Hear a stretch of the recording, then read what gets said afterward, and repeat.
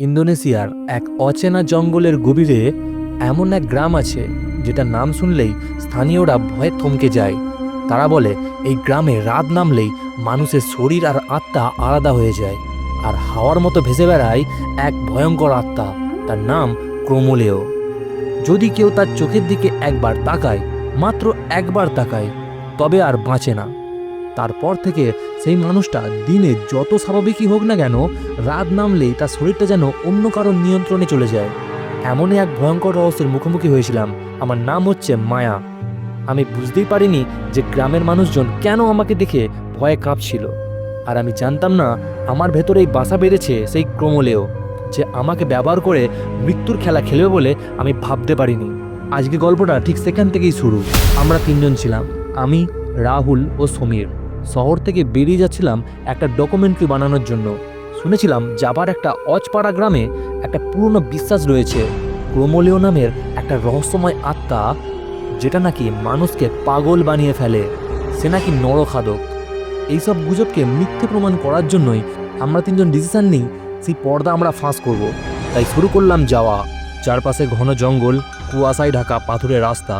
আমাদের গাড়ি যেন প্রতিবার বাঁক নিলেই অন্ধকারের ভেতরে যেন গিলে যাচ্ছিল। রাহুল হাসতে হাসতে বলে, হেই, এইসব আজগুবি কাহিনী মুভিতেই ভালো লাগে। এইসব সামনাসামনি চলে এলে ভয় পায় না। তোরা কি ভয় পাস নাকি? আরে হ্যাঁ, ভূত ফুত বলে কিছু নেই রে, এসব মানুষে বানানো। ধুর। আমি একটু চুপ করেই শুনছিলাম। কেন জানি না ভেতরে ভেতরে একটা অদ্ভুত অস্বস্তি হচ্ছিল। গ্রামটা আমার ঠিক লাগছিল না। আমার মনের মধ্যে শুধু এটাই চলছিল, আজই প্রথম আমাদের গ্রামে, কিন্তু আজকেই মনে হয় সব শেষ হয়ে যাবে।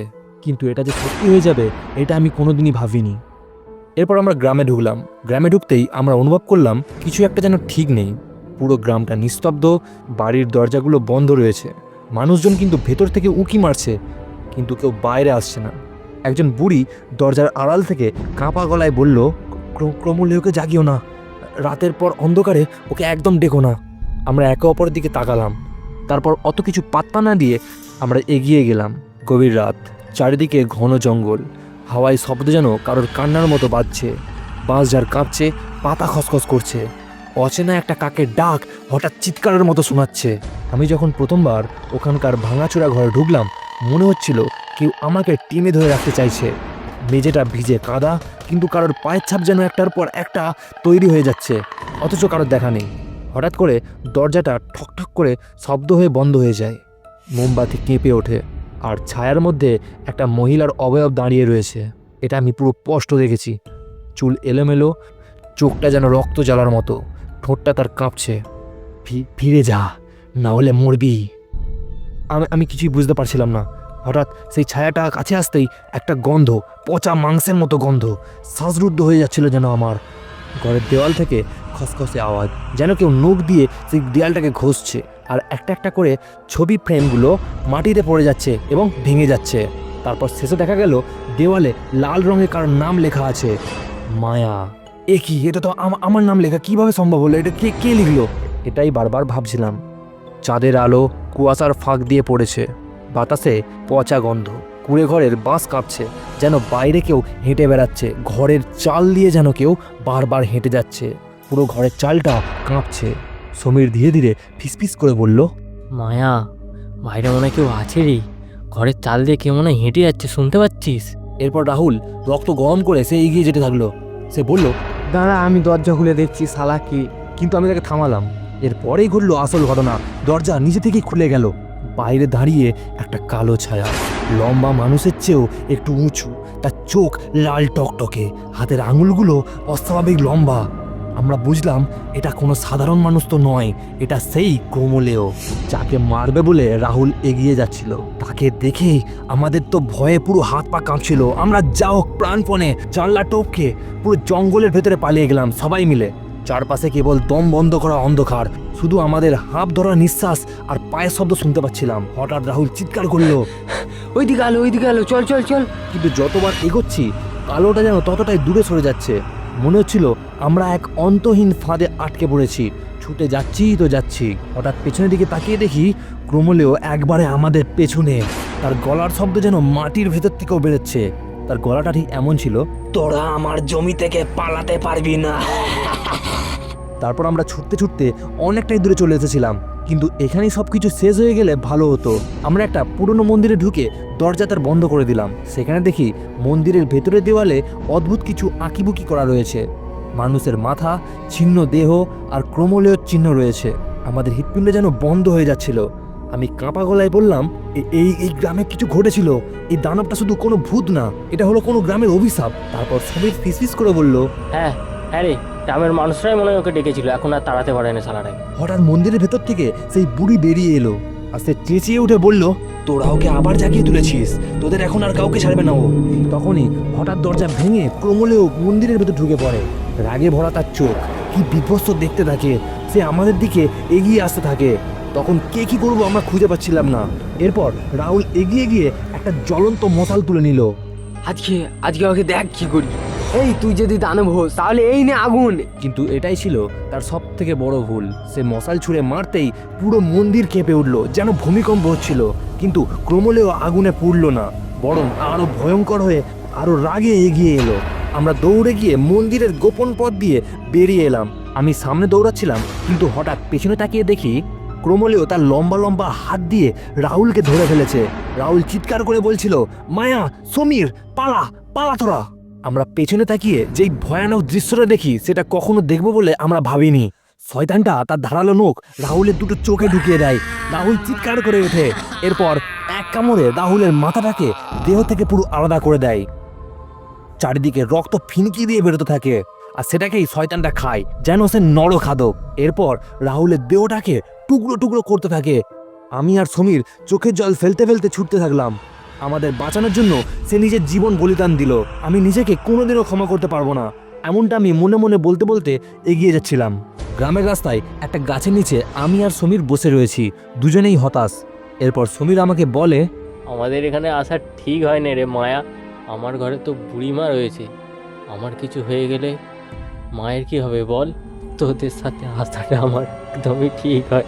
আমি তারপর খুব রাগে একটাই কথা তাকে বলি, তুই চিন্তা করিস না, কিছু হবে না। সব যখন আমার জন্য হয়েছে আমিই ঠিক করব সব। ওই বুড়িটা বলেছিল না, আমি আসল গোড়া। আমি যাব ওই শয়তানটা কি করে দেখব। আমার জন্য রাহুলের প্রাণ গেছে, আমি যাবই।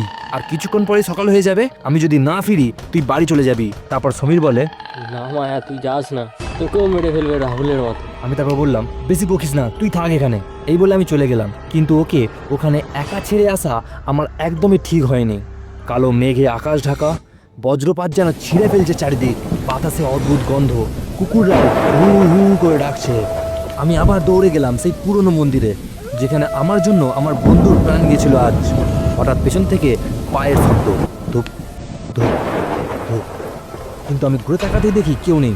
তারপর আমি বলি, আমি জানি তুই এখানেই আছিস, আয়, আমাকে মারতে চাস তো আয়, মেরে ফেল আমাকে। হঠাৎ মন্দিরের ভেতর থেকে কান্নার শব্দ আসে, শিশুদের চিৎকারের শব্দ যেন মিশে আছে তার মধ্যে। আর সেই মহিলার গলা, তুই তুই পালাতে পারবি না মায়া, তুই আমাদের জায়গা নিবি।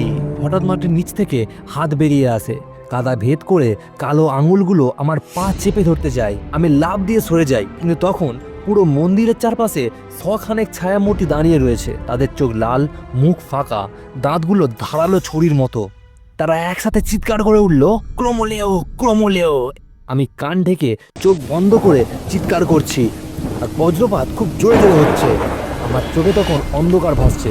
আমি জানি না আমি বেঁচে আছি নাকি মরে গেছি। চারপাশে শুধু মাটির গন্ধ, ভেজা কাদার ঠান্ডা ছোঁয়া। ধীরে ধীরে চোখ খুলতেই দেখি দূরে মাটির ফাঁক থেকে শত শত হাত বেরিয়ে আসছে।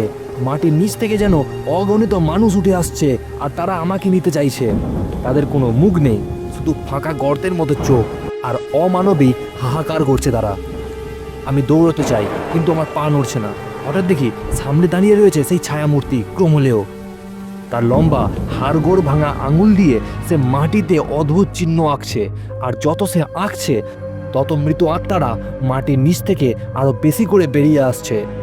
আমার বুক ধড়ফড় করছিল, চিৎকার করতে চাই কিন্তু গলা শুকিয়ে গেছে। ঠিক তখনই হাওয়ার মধ্যে ফিসফিস শব্দ। এক মুহূর্তে দেখি আমার হাত পা মাটির সঙ্গে আটকে গেছে, ধীরে ধীরে টেনে নিচ্ছে সেই ভিজে কাদার মধ্যে। আমার চারপাশের মৃত মুখগুলো আমার দিকে ঝুঁকে আসছে, তাদের ঠান্ডা নিঃশ্বাস আমার গায়ে পড়ছে। আমি মরিয়া হয়ে শেষবারের মতো চিৎকার করে উঠি, না। তারপর সব কিছু অন্ধকার। কিন্তু গল্প এখানেই শেষ নয়। তারপর যখন আমার জ্ঞান ফেরে আমি দেখি শহরের এক ব্যস্ত রাস্তা দিয়ে আমি একটা ট্যাক্সিতে রয়েছি। ট্যাক্সির ভেতরে আমি বসে আছি স্বাভাবিক মানুষের মতো।